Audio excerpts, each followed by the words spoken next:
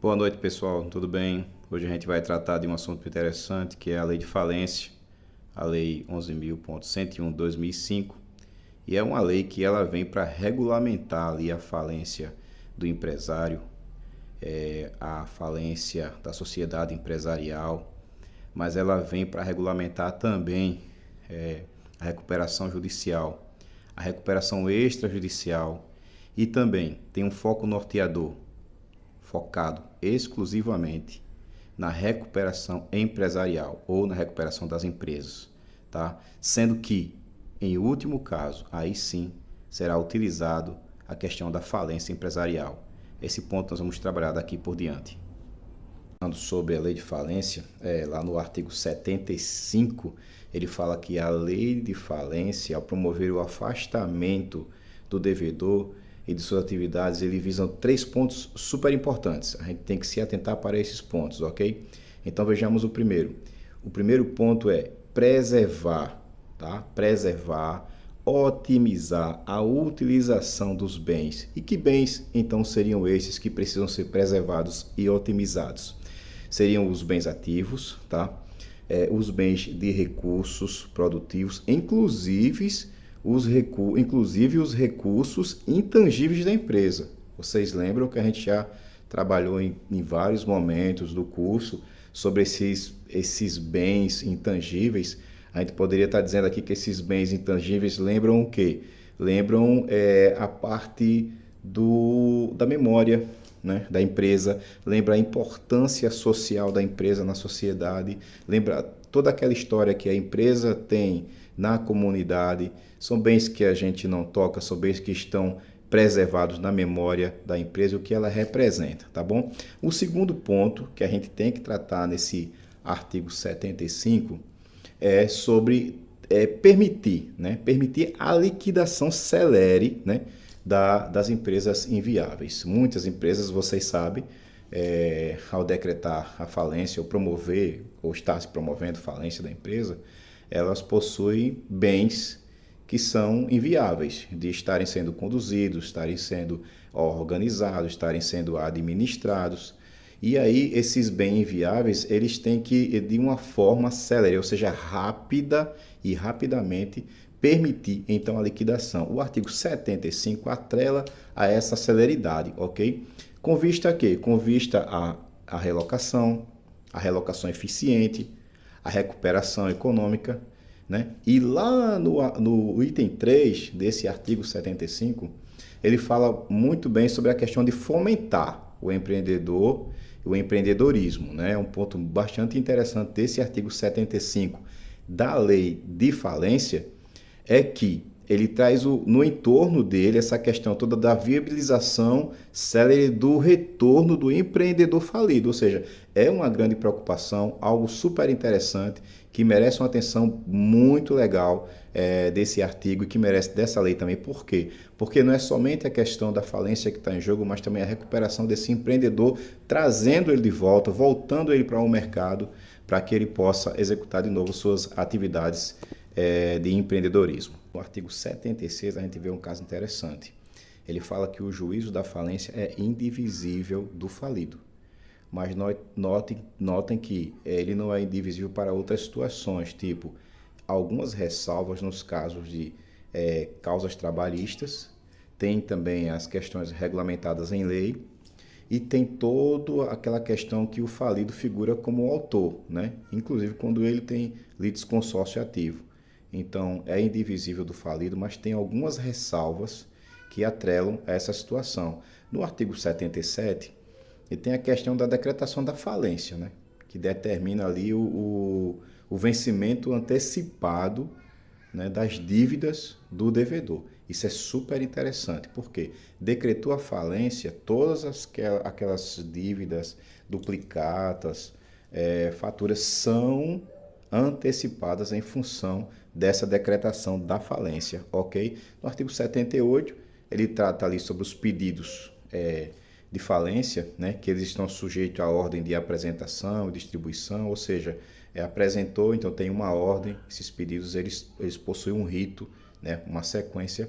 O 79, ele fala bem interessantemente ali sobre a questão dos processos de falência e os seus incidentes, né? Que prefere a todos aqueles outros na ordem dos efeitos.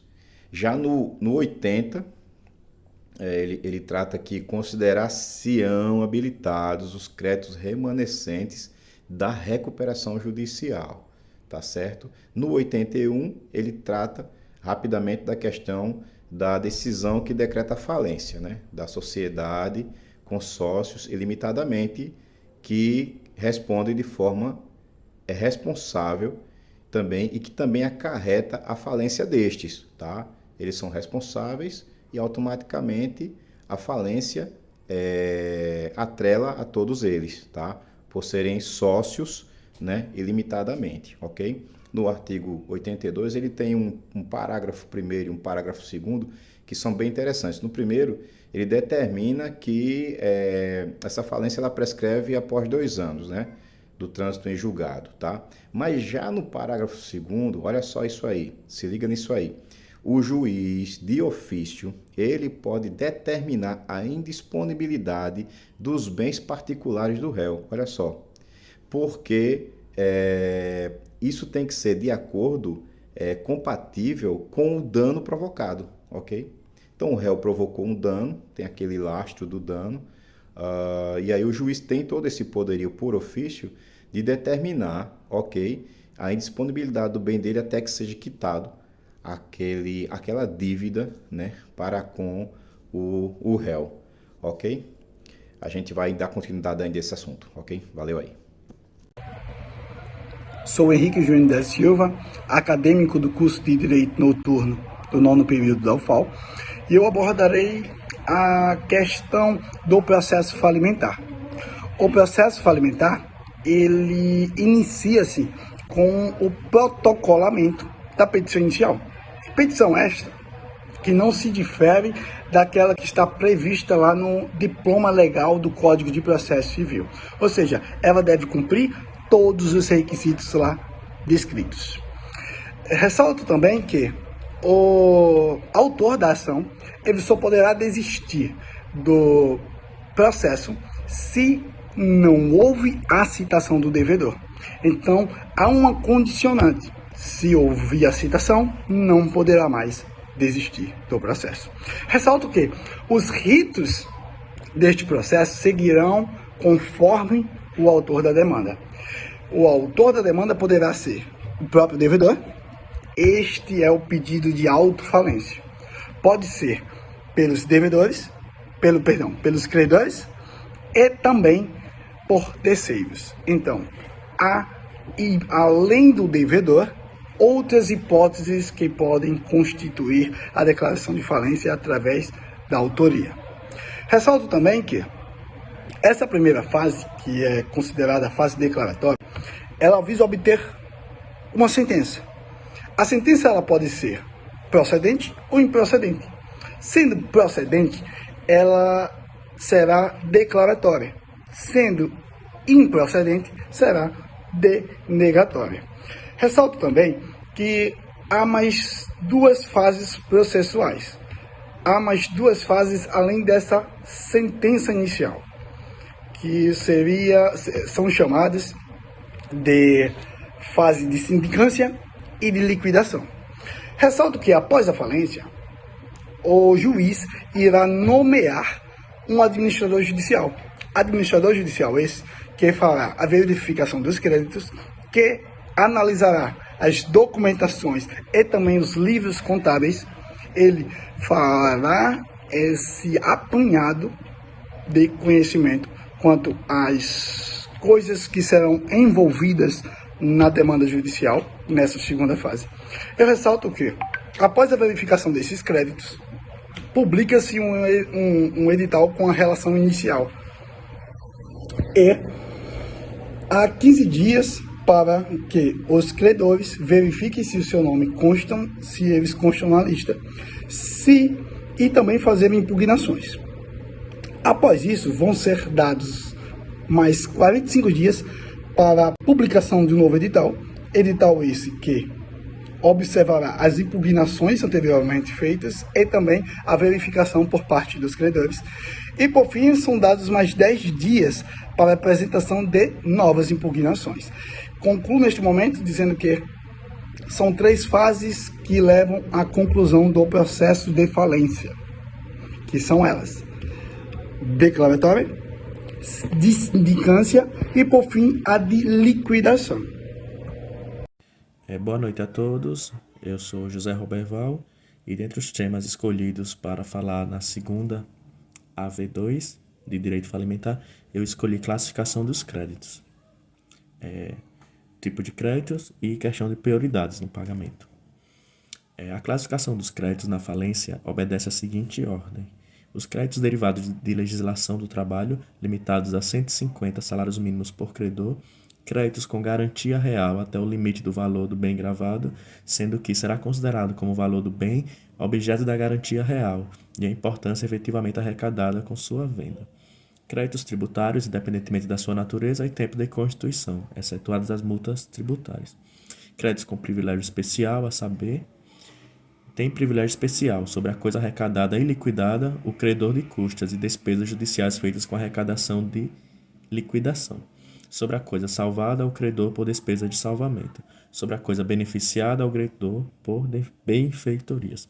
Sobre os prédios rústicos ou urbanos, fábricas, oficinas ou quaisquer outras construções, o credor de materiais, dinheiro ou serviços para sua edificação. Sobre os frutos agrícolas, o credor por sementes, instrumentos e serviços. Sobre as alfaias e utensílios de uso doméstico nos prédios rústicos ou urbanos. Sobre os exemplares de obra existente na massa do editor. Sobre o produto da colheita para o qual houver concorrido com o seu trabalho, os assim definidos em outras leis civis e comerciais, salvo disposição contrária da Lei 11.101 de 2005. Aqueles a cujos titulares a lei confira o direito de retenção sobre a coisa dada por garantia, créditos com privilégio geral, a saber, goza de privilégio geral na seguinte ordem: crédito por despesa de seu funeral, o crédito por custas judiciais, crédito por despesas com o luto do cônjuge, crédito por despesas com doença de que faleceu o devedor, créditos pelos gastos necessários à mantença do devedor falecido e sua família, crédito pelos impostos devidos à fazenda pública no ano corrente e no ano anterior, crédito pelo salário dos empregados nos serviços domésticos e os demais créditos de privilégio geral. Os créditos quirográficos sujeitos à recuperação judicial pertencentes a fornecedores de bens ou serviços que continuarem a provê-los normalmente após o período de recuperação judicial também terão privilégio geral de recebimento em caso de decretação de falência, no limite do valor dos bens ou serviços fornecidos durante o período da recuperação. Os assim definidos em outras leis civis e comerciais, salvo disposição contrária à Lei 11.101 de 2005. Créditos quirográficos são aqueles não previstos nas alíneas anteriores, os saldos dos créditos não cobertos pelo produto de alienação dos bens vinculados ao pagamento, os saldos dos créditos derivados da legislação do trabalho, que excederem o limite estabelecido no inciso 1, o limite de 150 salários mínimos, e as multas contratuais e penas pecuniárias por infração das leis penais ou administrativas, inclusive multas tributárias. Por fim, vem os créditos subordinados, são os assim previstos em lei, os créditos dos sócios e dos administradores sem vínculos empregatícios. Serão considerados agora créditos extraconcursais e serão pagos com precedência sobre os créditos já mencionados a seguir, os relativos a remunerações devidas ao administrador judicial e seus auxiliares e créditos derivados da legislação do trabalho, decorrentes de acidentes de trabalho relativos a serviços prestados após decretação de falência. Quantias fornecidas à massa pelos credores, despesas com arrecadação, administração, realização do ativo e distribuição do seu produto, bem como custas de processo de falência, custas judiciais relativas às ações e execuções e os créditos decorrentes de obrigações contraídas pelo devedor durante a recuperação judicial, inclusive aqueles relativos a despesas com fornecedores de bens ou serviços e contratos de mútuo, serão considerados também extraconcursais, em caso de decretação de falência, respeitada sendo que obrigações resultantes de atos jurídicos válidos durante decretação de falência e tributos relativos a fatos geradores ocorridos após a decretação da falência, respeitada a ordem estabelecida na lei.